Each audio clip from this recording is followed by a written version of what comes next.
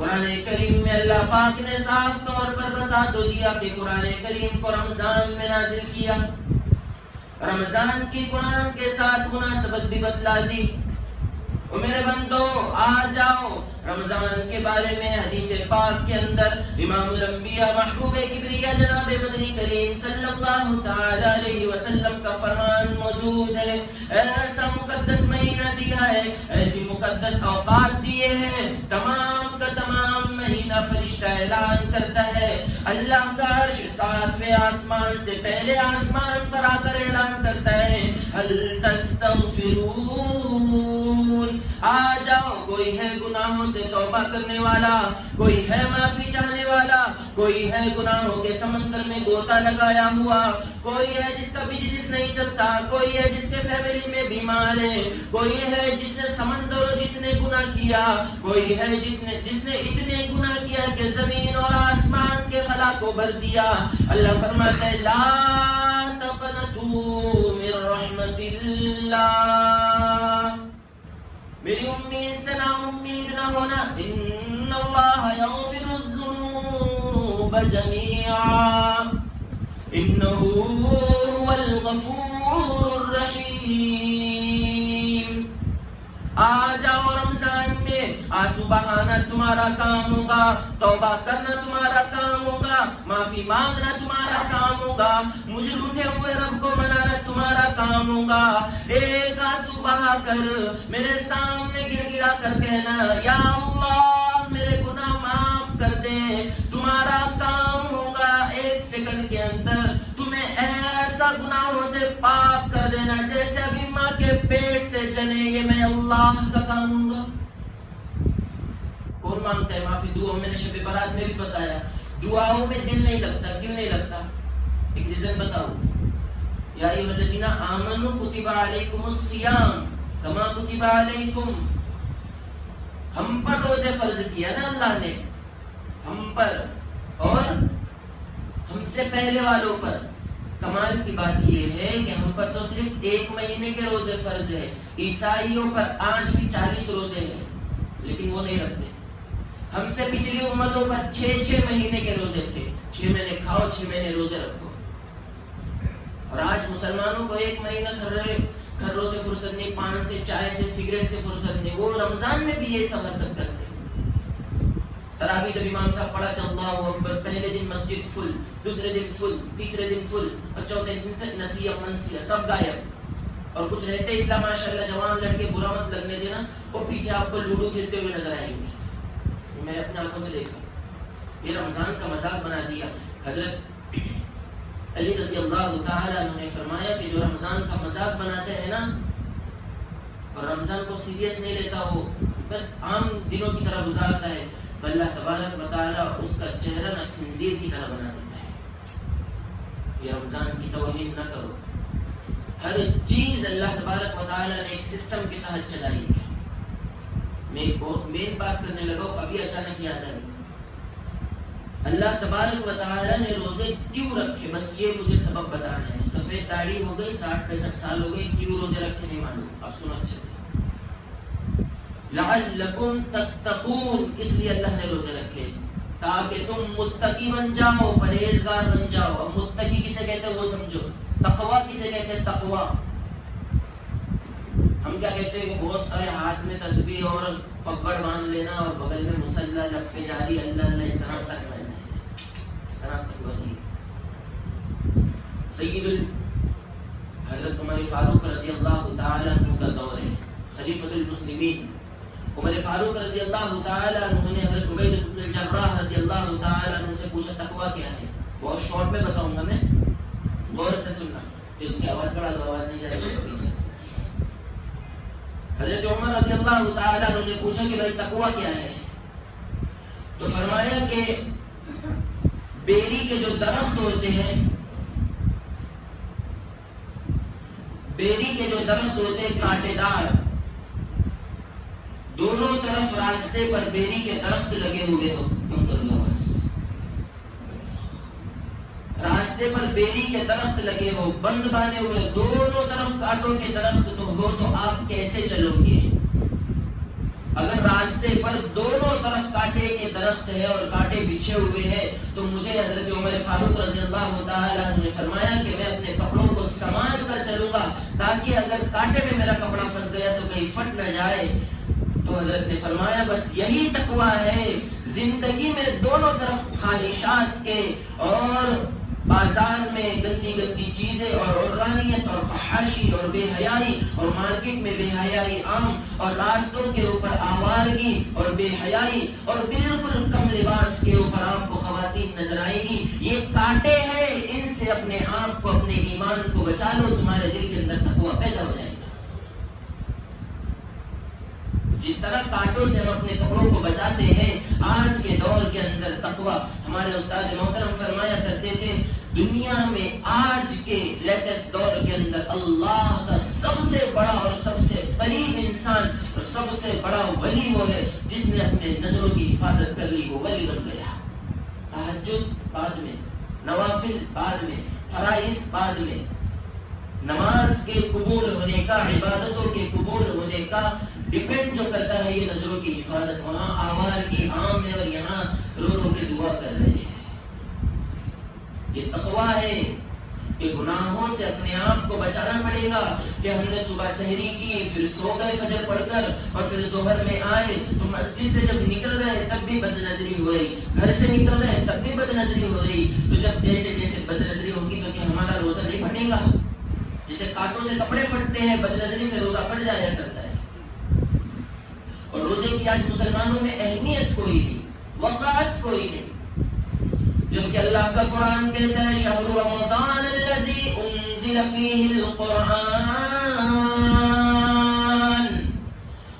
رمضان المبارک میں قرآن کو نازل کیا, رمضان میں ہر چیز کو نازل کیا, تمام آسمانی کتابوں کو رمضان میں نازل کیا, مسلمانوں کو رمضان میں پیغام دیا اپنے مجھے منا لو, اپنے رب کو منا لو, اور روزانہ فرشتے کو اعلان کرنے پر ڈیوٹی پر مقرر کر دیا, آواز لگا هل يستغفرون, آ جاؤ معافی مانگنے والے, آ جاؤ رزق مانگنے والے, وہ بھی آ جاؤ جو قرضوں کے نیچے قرضہ دے دے کر پریشان ہو گئے, وہ بھی آ جاؤ جو بیمار ہے, وہ بھی آ جاؤ میرے در پر جو مریض ہے, جس کو تمام ڈاکٹروں نے جواب دے دیا, دنیا کے تمام حکیموں نے جواب دے دیا تمہارا کینسر اچھا نہیں ہو سکتا, تمہاری ٹی وی کی بیماری اچھی نہیں ہو سکتی, تمہارا دماغی ڈپریشن اچھا نہیں ہو سکتا, کوئی بھی بیماری ہو, میرے کبریائی کی قسم, میرے جلال کی قسم, تمہارا کام ہے میرے مسجد میں آ کر مجھ سے مانگنا, میرے عزت کی قسم, کچھ ہی وقت کے اندر, کچھ ہی سیکنڈ کے اندر تمہاری تمام تکالیف کو دور کر دینا میں اللہ کا کام ہے. لیکن رمضان میں کوئی مانگتا ہی نہیں ہے, رمضان کے روزوں کی قدر نہیں ہے. ادھر ذات بابرکت حضرت سیدنا علی المرتضی رضی اللہ تعالیٰ عنہ کی پوچھ لیا کسی نے سب سے افضل چیز آپ کی نظر میں کیا ہے؟ فرمایا رمضان کا روزہ, وہ بھی گرمی میں ہو, وہ بھی میں روزے کی حالت میں ہوں, اللہ کے راستے میں جہاد کر رہا ہوں, لڑائی لڑ رہا ہوں, میرے ہاتھ میں تلوار ہو, میں دشمنوں پر وار کروں, دشمن مجھے کاٹ کر ختم کر دے. پھر روزہ چھوڑنے کے بارے میں وعید پوچھی, سیدنا علی رضی اللہ تعالیٰ عنہ نے فرمایا اگر کسی انسان کا رمضان کا ایک روزہ بھی چھوٹ جائے, غور سے سننا, ایک روزہ بھی چھوٹ جائے, یا پھر سفر میں ہونے کی وجہ سے چھوٹے, یا بیمار ہونے کی وجہ سے چھوٹے, یا عورت کے پیریڈز آنے کی وجہ سے لیڈیز کے روزے چھوٹ جائے, کسی بھی وجہ سے رمضان کا اگر ایک روزہ چھوٹ جائے, حضرت علی فرماتے ہیں غیر رمضان 100 سال تک روزہ رکھتا رہے, رمضان کے ایک روزے کا بدلہ نہیں ادا کر سکتا. چاہے گرمی میں روزے رکھ لے, بارش میں رکھ لے, ٹھنڈی میں رکھ لے, قیامت کی صبح تک روزے رکھتا جائے, رکھتا جائے, رکھتا جائے. رمضان کا جو ایک روزہ چھوٹا قیامت تک اس کی فضیلت کو نہیں پہنچ سکتا. جس کو میں بھی مانتا ہوں, آپ بھی مانتے ہیں, پوری دنیا جس کو مانتی ہے, شیخ عبد القادر جیلانی رحمت اللہ علیہ, بنیت الطالبین کتاب ہے, ایویڈنس کی موضوع ایویڈنس بھی مضبوط ہے، دلائل بھی مضبوط ہے. بنیاد الطالبین کتاب اٹھا لو، صفحہ نمبر 1159 کھولو، 1164 تک اس کو پڑھتے جاؤ. شیخ عبد القادر جیلانی رحمت اللہ علیہ لکھتے ہیں جس نے رمضان کا روزہ ایک بھی چھوڑا یا جس نے ایک بھی نماز چھوڑی فنکاحها باطل باطل باطل.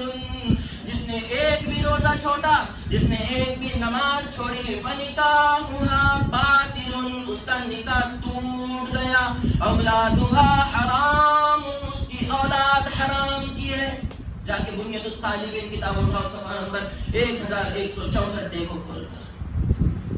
نماز نہیں پڑھے تو اولاد، جس کو میں بھی مانتا ہوں آپ بھی مانتے ہیں، شیخ عبد القادر جیلانی سبحان ربانی محبوب سبحانی.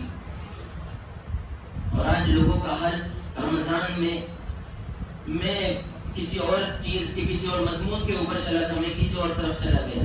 رمضان کی سب سے بڑی تیاری ہے، سب سے بڑی تیاری رمضان کی تیاری ہے اس دل کو ہر ایک سے پاک کرے. اس میں اگر کسی کی نفرت ہوگی نا، اللہ کا نور اس دل میں نہیں آئے گا، بالکل نہیں آئے گا. اس میں اگر کھٹکا ہے، اس میں اگر گلا شبہ ہے، اس میں اگر جھگڑا ہے، اس میں نفرت کی آگ بھڑک رہی ہے، اس میں اگر بیماری ہے، تو یاد رکھنا نہ روزہ قبول نہ نماز قبول. شب برات میں دیکھ لو آپ، چند لوگوں کی مغفرت نہیں ہوتی. اس میں ایک یہ بھی ہے، دلوں میں حسد پالنے والا. ایک ہے حسد اور ایک ہے بغض، ایک ہے کینہ. سمجھا الگ الگ فرق ہے. اپنے دل کو حسد سے، بغض سے، کینے سے، عداوت سے، ہر چیز سے پاک رکھو. رمضان کی سب سے بڑی تیاری یہ ہے اپنے دل کو ہر ایک کے لیے پاک کر دو. اس سے بڑی تیاری میرے نظر میں کوئی نہیں ہے. تو اگر کسی سے آپ کا جھگڑا ہوا ہے، ابھی جانا جمعہ کے بعد صلح کر لو. رمضان کو یہ سوچ کر گزارو کہ میرے زندگی کا یہ پہلا رمضان ہے جو بہترین گزرے گا انشاءاللہ. اس کو زور سے انشاءاللہ. ہر وقت اٹھتے بیٹھتے اگر رمضان میں کسی چیز کی کثرت ہو، غور سے سننا، یہ یاد رکھنا. پھر یہ دوبارہ میرے ذہن میں باتیں نہیں آتی، اچانک یاد آ رہی ہے، اس لیے غور سے سنو. اس کو اپنے دل پر لکھو، تو ڈائری ہوگی ڈائری پر لکھو. رمضان کی سب سے اصل تیاری اپنے دلوں کو ہر ایک کے لیے پاک، بالکل پاک، حسد سے، ہر چیز سے پاک. اور دوسری تیاری یہ کہ جب رمضان آ جائے تو کلمہ طیبہ لا الہ الا اللہ محمد الرسول اللہ جتنا ہو سکے کثرت سے پڑھے، جتنا ہو سکے کثرت سے پڑھے. اور اس کے بعد استغفار نہیں آتا تو کم سے کم استغفر اللہ استغفر اللہ استغفر اللہ، اتنا تو ہر ایک کو آتا ہے. جتنا ہو سکے یہ. اور ان تمام سے بڑھ کر رمضان میں اگر سب سے اصل عبادت کوئی ہے وہ ہے قرآن کریم کی تلاوت. اس کے علاوہ رمضان سب عبادتیں اس کے نیچے ہے، نماز بھی، اوابین بھی، چاشت بھی، ہر عبادت اس کے نیچے ہے. رمضان میں قرآن کو اتنا پڑھے کہ کم سے کم 2 تو ختم ہو سکے. ایک دن میں 2 پارے تک پڑھ سکتے ہیں. اس لیے کام سے وقت نکالو، ہر چیز سے وقت نکالو. ہم نے 11 مہینے کما لیا، بہت توڑ کے کما لیا. 1 مہینہ نہیں کمائیں گے نا تو غریب نہیں ہونے والے ہم. خدا کی قسم 1 مہینہ پابندی سے اللہ کی عبادت کر لو. میں قسم کھا کر کہتا ہوں اگر آپ غریب ہو گئے نا، قیامت کے دن میرا دامن اپنے محشر میں پکڑ لینا نہیں ہوگی. اس لیے رمضان کو ایسا گزارو. اس لیے کہ علماء کرام نے لکھا ہے جس کا رمضان بہترین گزر گیا، عبادت میں گزر گیا، جس کا رمضان مسجد میں گزر گیا، اعتکاف میں گزر گیا، نہ لوگوں سے جھگڑے تھے، نہ کوئی گالی گلوچ تھی، نہ کچھ بھی نہیں تھا. صبح روزہ رکھتا تھا، شام کو تراویح پڑھتا تھا اور بالکل فری، نو ٹینشن رہتا تھا. جس کا رمضان اچھا گزر گیا، باقی 11 مہینے اللہ اچانک سے اور خود حفاظت کے ساتھ اس کے 11 مہینے آسان کر دیتے ہیں. پھر 11 مہینوں میں گناہ نہیں ہوتا. وہ میں نے شب برات میں بھی بتایا تھا بڑی تفصیل سے کہ رمضان میں شیطان بند ہو جاتا ہے، جہنم کے دروازے بند ہو جاتے ہیں، جنت کے کھل جاتے ہیں. پھر بھی لوگ رمضان میں گناہ کیوں کرتے ہیں؟ جھوٹ بولتے ہیں، غیبت کرتے ہیں، چغلی کرتے ہیں، تراویح کے بعد شراب پیتے ہیں، ڈرگس لیتے ہیں، ایم ڈی کے انجیکشن جوان لڑکے لگاتے ہیں رمضان میں.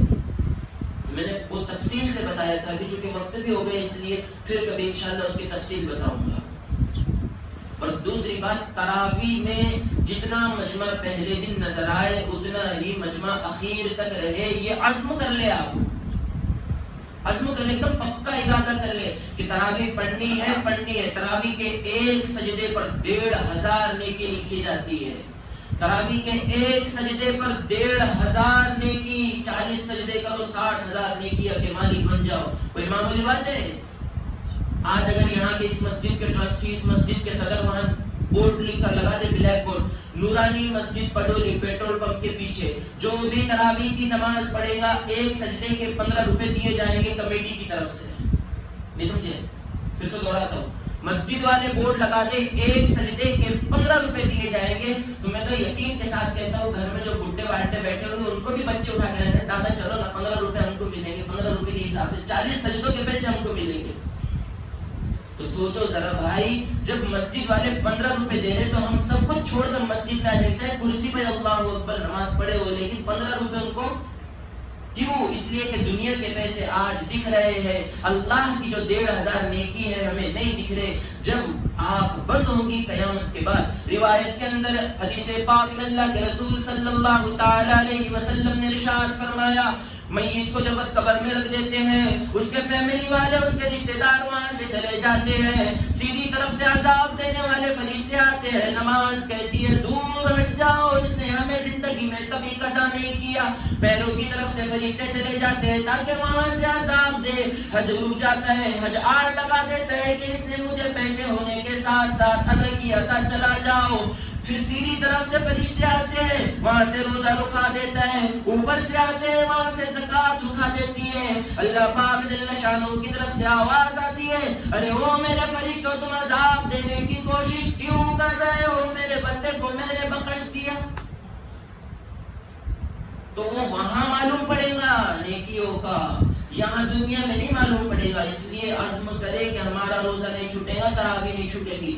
2 عبادتیں ہیں، اس کو دل و جان کے ساتھ کرو، کیونکہ تراویح کے ایک سجدے پر اللہ جنت میں ایک درخت لگاتا ہے، ایسا لمبا درخت جس کے سائے میں 100 سال تک گھوڑا دوڑتا رہے پھر بھی اس کا سایہ پار نہیں کر سکتا. تراویح کے ایک سجدے پر اللہ جنت میں ایک محل بناتا ہے جس کے 60,000 سونے چاندی کے دروازے ہوتے ہیں. جب اتنا انعام اللہ کی طرف سے مل رہا ہے اور مسلمان بیڑی میں سگریٹ میں بزی ہے، افسوس ایسے مسلمانوں کو تو مر جانا چاہیے کہ زمین پر رہنے کے قابل نہیں ہے، جس کو اللہ تبارک و تعالی نے فل فریڈم دیا اور رمضان کا 1 مہینہ دیا اس لیے کہ ہماری خود کی معافی ہو جائے. اللہ کو ضرورت نہیں ہے تمہارے سبحان اللہ کی اور تمہارے الحمدللہ کی.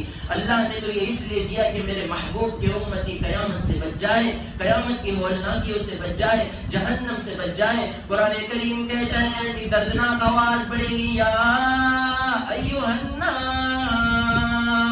اتقوا ربکم ان زلزلۃ الساعۃ شیء عظیم. ایسی دردناک آواز آئے گی قیامت کے دن، نفس نفسی کے عالم میں لوگ ہوں گے، پسینے میں ڈوبے ہوئے ہوں گے، کسی کا پسینہ اتنا ہوگا کہ وہ گوتے لگا رہا ہوگا. اللہ فرماتا ہے ارے او میرے حبیب کے امتیوں، میں نے تمہیں قرآن مقدس دیا، میں نے نبی بھی مقدس دیا، مہینہ بھی مقدس دیا، پھر سال میں کچھ ایام بنائے جو وہ بھی مقدس تھے. بس تم ان ایام میں تھوڑے سے وقت میں مجھے راضی کر لو. میرے کبریائی کی قسم، میرے عزت کی قسم، میرے جلال کی قسم، تم قرآن پڑھتے پڑھتے مر جاؤ گے. لوگ قیامت کے دن سارے کے سارے پسینے میں ہوں گے، میں تمہیں اپنے عرش کے سائے میں بٹھا کر جنت کے الگ مزے مزے کے کھانے کھلاؤں گا. سب کچھ قرآن نے بتا دیا، پھر بھی مسلمان غافل ہے. تو مسلمانوں اپنے اندر کو تھوڑا سا ہلاؤ کہ نہیں رمضان کا مہینہ آنے والا ہے، جھوٹ سے توبہ کرو. توبہ بھی میرے سامنے کرو، جھوٹ سے توبہ نہیں بولے گے انشاءاللہ توبہ. یہ ہاتھ سے توبہ نہیں ہوتی، یہ غلط والا سسٹم ختم کرو معاشرے سے. توبہ ممی بولنے لگا کہ یہ غلط ہے، اس کے شریعت میں کوئی ظاہر نہیں ہے اور کوئی اصل نہیں ہے. دل سے توبہ کرے اور یہ کہے کہ اے اللہ آئندہ سے اچھی بات یاد رہے. ہمارے استاد محترم نے فرمایا تھا کہ اگر آپ سے بار بار کوئی گناہ ہو رہا ہے، جھوٹ بول رہے ہیں، غیبت کر رہے، کوئی بھی اگر آپ سے گناہ ہو رہا ہے تو دعا کرو. غور سے سننا، یہ پورے مجمع سے خطاب ہے میرا. اگر کوئی گناہ بار بار ہو رہا ہے تو اللہ سے یہ کہو کہ اے اللہ فلاں گناہ سے توبہ چاہتا ہوں، مجھے معاف فرما۔ اگر مجھ سے یہ گناہ ہو گیا دوبارہ تو پھر میری قیامت کے دن پکڑ نہ فرمانا۔ اگر مجھ سے دوبارہ یہ گناہ ہوا تو قیامت کے دن پکڑ نہ فرمانا۔ علماء اکرام نے لکھا ہے کہ حقیقت میں پھر وہ گناہ اس سے چھوٹ جاتا ہے، پھر وہ دوبارہ اس کا دل نہیں بولتا۔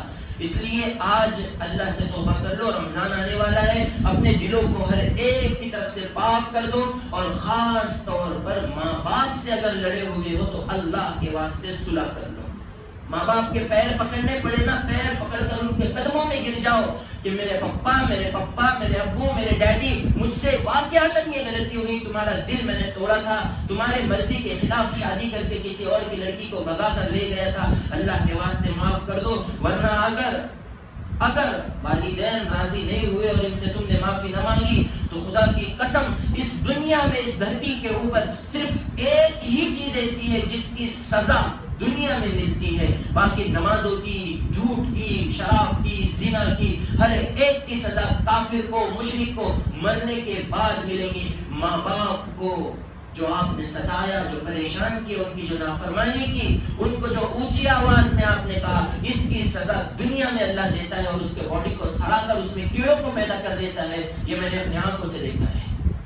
اس لیے ماں باپ سے اگر لڑے ہوئے ہو تو صلح کر لو، اور دوسرا اپنے دلوں کو ہر ایک کے لیے پاک کر دو، کسی کی نفرت اپنے دلوں میں نہ پالو۔ اللہ تبارک و تعالی ہمیں عمل کرنے کی توفیق نصیب فرمائے، اور کہی ہوئی باتوں پر اور رمضان کی اور آنے والے خاص اوقات کی اتنی اہمیت ہمارے دلوں میں ڈال دے کہ ہمارا رمضان ایسا گزرے جیسا اللہ اور اس کا رسول چاہتا ہے۔ وآخر دعوانا